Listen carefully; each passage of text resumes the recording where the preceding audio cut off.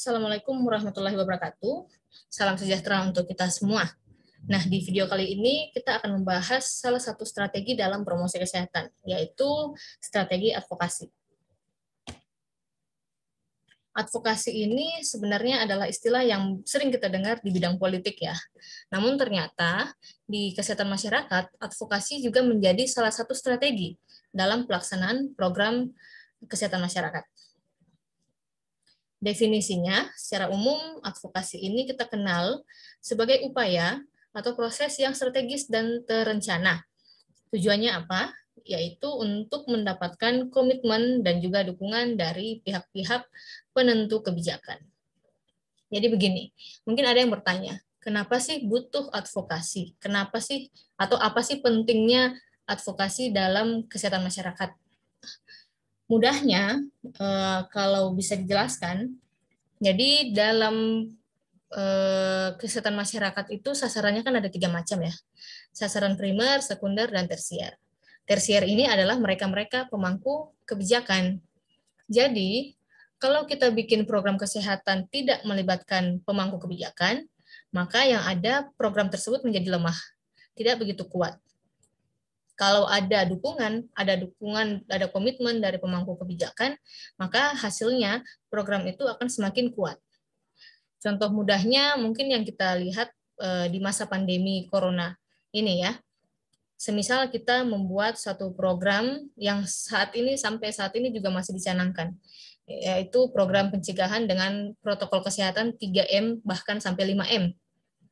Nah, kalau program itu hanya kita lakukan melalui penyuluhan, misalnya melalui penyebaran media, bisa jadi tidak semua masyarakat mengikuti.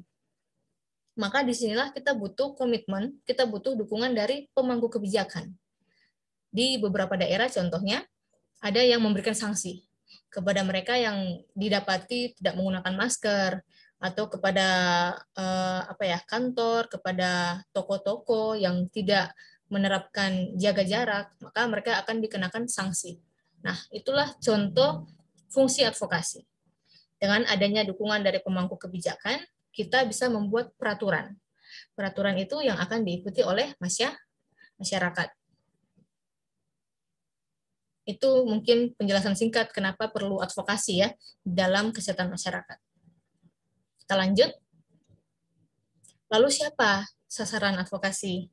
Ya jawabannya yang tadi, para pemangku kebijakan. Orang-orang yang membuat kebijakan yang berlaku untuk publik atau berlaku untuk masyarakat umum.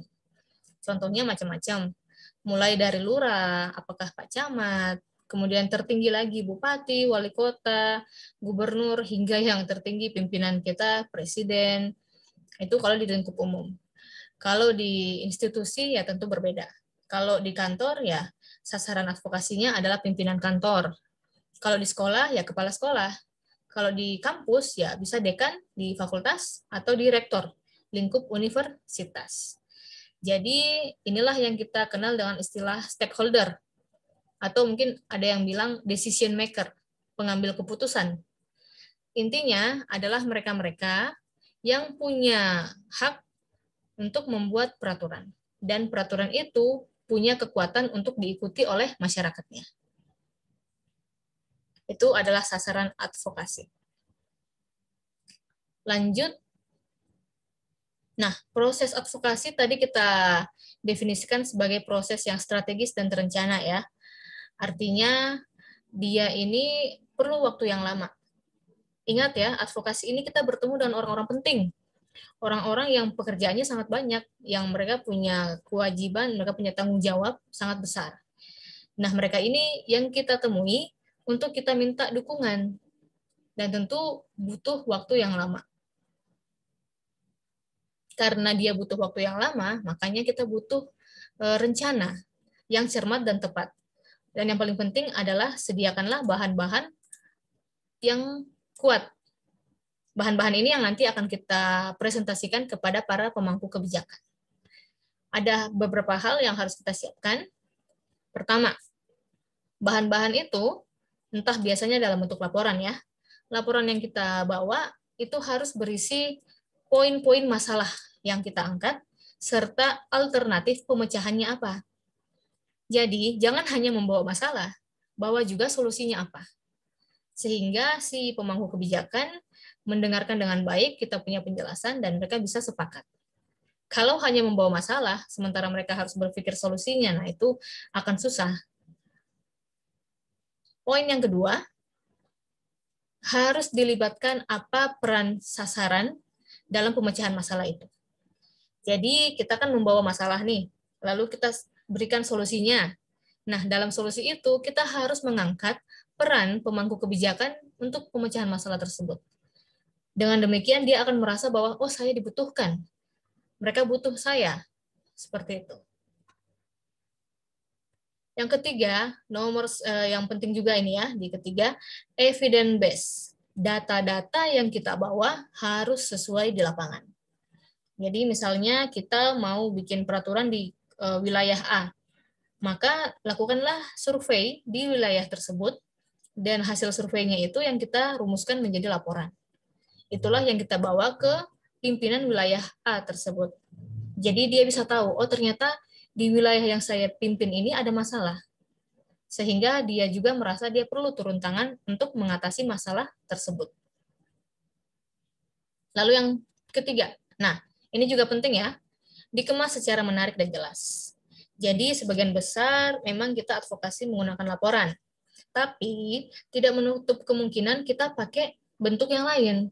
Apakah dalam bentuk infografis, dalam bentuk PowerPoint, atau bahkan dalam bentuk video. Strateginya semenarik mungkin. Karena ingat lagi, yang kita temui adalah para pemangku kebijakan yang punya waktu sangat sedikit untuk kita. Kita janjian dengan mereka bertemu sejak 6 bulan yang lalu, mungkin. Dari bulan-bulan yang lalu kita minta pertemuan advokasi, dan akhirnya baru disetujui pada 6 bulan berikutnya. Dan itu pun hanya diberikan waktu mungkin 30 menit sampai 1 jam untuk kita advokasi, untuk kita pertemuan. Maka, manfaatkanlah waktu yang singkat itu dengan membuat bahan-bahan tadi, data-data ini, dalam bentuk yang menarik. Sehingga dalam pertemuan itu mereka langsung menangkap apa maksud dan tujuan kita. Ya, coba dibayangkan kalau hanya bawa dalam bentuk laporan, saya rasa para pimpinan kita juga banyak laporan yang mau mereka baca. Jadi itu akan mengurangi semangatnya dia. Kalau kita bikin dalam PowerPoint yang menarik, dalam bentuk video, itu tentu akan lebih jelas, lebih mudah dipahami. Lanjut lagi ya. Nah, makanya di sini, maaf ada coret-coretan, intinya advokasi adalah kegiatan yang persuasif, plus memberikan pressure. Memberikan pressure artinya memberikan tekanan. Jadi, pada saat kita advokasi kepada pemangku kebijakan ini, kita kan mengajak, itu artinya persuasif. Kita mengajak mereka supaya mau ikut peduli dengan masalah kesehatan yang ada di masyarakatnya. Itu maksudnya persuasif. Lalu kedua, kita berikan mereka tekanan atau pressure, bahwa kalau masalah ini tidak ditangani, maka yang akan terjadi di masyarakatnya akan semakin parah. Kita tekan sedikit dia, supaya mereka agak sedikit terbebani, bahwa masalah ini kalau mereka tidak turun tangan, maka akibatnya akan semakin panjang. Nah, itu yang dimaksud dengan memberikan pressure, memberikan tekanan. Oke, kita lanjut lagi. Hasil atau luaran atau output. Apa sih sebenarnya yang kita mau dari advokasi? Kategorinya mungkin bisa kita bagi menjadi dua, software dan juga hardware. Software ini yang dalam bentuk tertulis, ya, apakah peraturan, apakah keputusan, surat-surat edaran, instruksi. Nah, ini semua contoh software. Yang paling tinggi undang-undang ya. Ini kelas tertinggi. Tapi kalau tingkatan yang paling rendah biasanya kita minta surat keputusan atau surat edaran yang nantinya akan dijadikan sebagai peraturan untuk mengikat masyarakat. Intinya kalau dilakukan maka mereka aman. Kalau tidak dilakukan, maka ada sanksi. Kurang lebih seperti itu. Kalau yang surat-surat edaran. Lalu hardware. Hardware ini yang bentuknya fisik, yang terlihat ya. Contohnya kita meminta bantuan dukungan-dukungan fisik seperti bantuan dana, anggaran, atau sarana prasarana, bantuan alat-alat kesehatan, misalnya bantuan obat-obatan, bantuan gedung baru, posyandu butuh gedung misalnya di satu wilayah kelurahan, atau puskesmas yang kekurangan tempat tidur. Nah, itu semua bentuk-bentuk hardware.